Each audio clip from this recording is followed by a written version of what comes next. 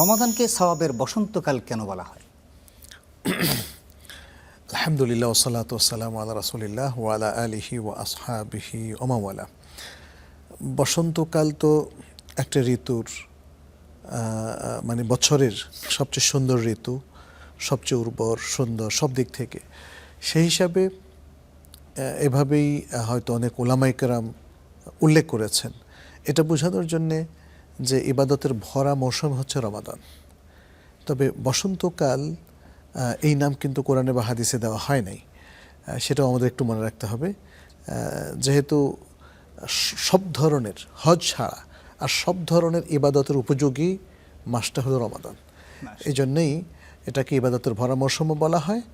আর স্কলারদের কেউ কেউ এটাকে, যেমনটি আপনি বলেছেন, ইবাদতের বসন্তকাল বা বছরের সবচেয়ে সুন্দর দিক থেকে বসন্তকাল হিসাবে অভিহিত করা হয়।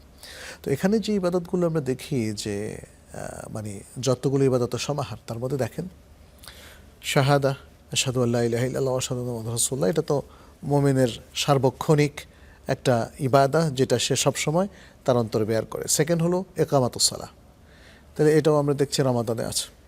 তারপরে হলো ইতাউজ যাকাত, যাকাত দেওয়া।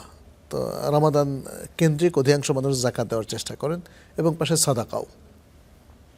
চতুর্থ হচ্ছে সওম রমাদান, রমাদানের সিয়াম রাখা। তো এটা তো রমাদান ছাড়া সম্ভবই না। তাহলে চতুর্থ রোকনটাও আমরা দেখতে পাচ্ছি রমাদানে পরিপালিত হয়। এবং তারপরে যেটা হজ, ইসলামের মাত্র চতুর্থ রোকনটা, তার জন্য জিলহজ মাস বরাদ্দ।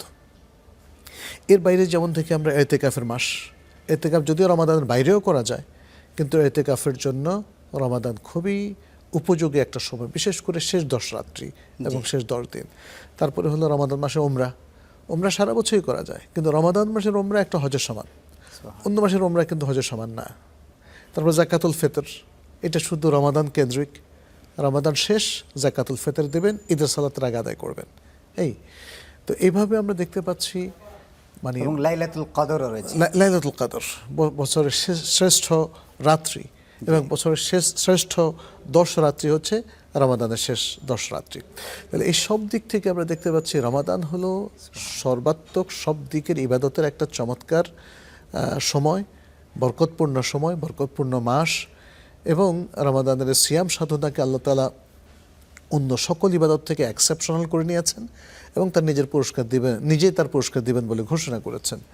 সব দিক থেকেই একটা বসন্তকাল যেমন একজন মানুষের মধ্যে একটা অন্যরকম চমৎকার অনুভূতি তৈরি করে, রমাদানও মুমিন হৃদয়ে একটা অসাধারণ, অসামান্য রকম সুন্দর অনুভূতি তৈরি করে, ইবাদতের একটা আগ্রহ জাগায় বলে এটাকে এমনটি বলা হয়।